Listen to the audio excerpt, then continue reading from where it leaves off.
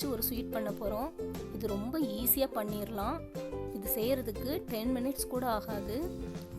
இது குழந்தைங்க ஈவினிங் வரும்பொழுது ஸ்நாக்ஸாக கொடுக்கலாம், பெரியவங்களும் சாப்பிட்லாம். வாங்க இதை எப்படி பண்ணலான்னு பார்க்கலாம்.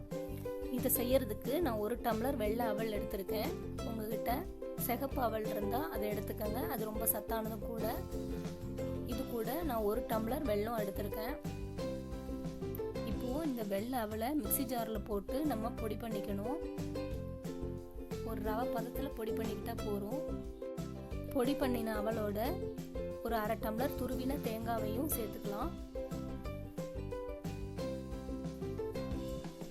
இது கூடவே துருவின வெல்லம், அப்புறம் 2 ஏலக்காய் இதெல்லாம் சேர்த்துக்கலாம். இதை எல்லாத்தையும் மிக்சியில் போட்டு நல்லா பொடி பண்ணிக்கலாம். வாணலியில் 2 டேபிள் ஸ்பூன் நெய் விட்டுக்கலாம்.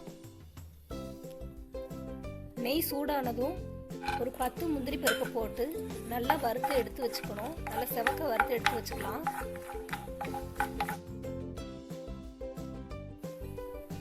அதே வாணலியில் நம்ம அரைச்சி வச்சிருக்கிற எல்லாத்தையும் போட்டு நெய்யோடு சேர்த்து நல்லா கலக்கிக்கணும். நல்லா கிளறி விட்டுருங்க. இது கூட ஒரு 1/4 டம்ளர் பால் சேர்த்துக்கலாம். 1/4 டம்ளர் பால் சேர்த்து நல்லா கிளறி விட்டுறலாம். இப்போ வாணலியை மூடி வச்சிடலாம். இது ஒரு 5 மினிட்ஸ் இப்படி வேகட்டும். கொஞ்ச நேரம் கழிச்சு திறந்து பார்த்தோம்னா வெந்திருக்கான்னு பார்ப்போம். வேகலை, இன்னும் கொஞ்சம் பால் சேர்த்துக்கலாம். கொஞ்சமாக பால் விடுறேன். திரும்பவும் கிளறி விட்டுட்டு இன்னும் ஒரு 5 மினிட்ஸ் மூடி வச்சிடலாம்.